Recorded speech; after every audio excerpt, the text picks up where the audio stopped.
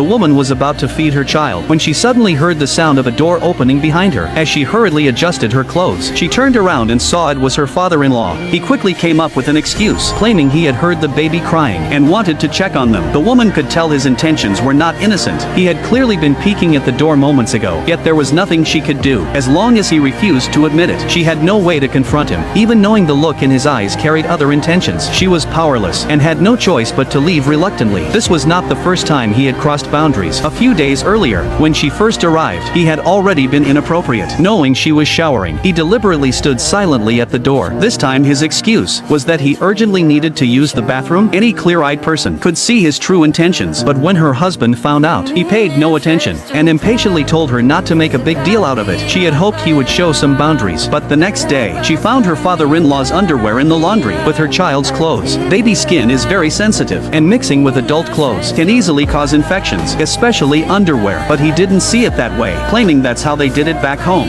and no one got sick. He accused her of being overly picky. The woman, unable to tolerate it, immediately went to her husband, wanting to send the father-in-law back home. But her husband locked himself in the room to practice skills with the maid. When the door opened, the woman instantly felt something was off. Rushing into the room, she found a pair of stockings that did not belong to her in the cabinet. As their secret was about to be exposed, the man quickly came up with an explanation, saying the maid had been looking for his tie in the cabinet and accidentally found the stockings as a small gift for the woman. The father-in-law immediately vouched for his son, saying his son would not leave a young wife to be involved with an older woman. Before the woman could explode, the maid, hearing this, was displeased. She was obviously very seductive, yet he called her an old woman. Anyone in her position would have argued, but this time the old man overestimated his son. As the saying goes, a crooked beam will support crooked timber. His son really had that taste. Ignoring his young and beautiful wife, he was captivated by the 40-year-old maid. Relying on male support, she often treated the woman harshly at home. Even with the child, she was careless, paying no attention to safety. Even when the woman asked her husband to fire the maid, he always found excuses to avoid it. One day she went to buy groceries, leaving the child alone at the market, and the child caught a cold,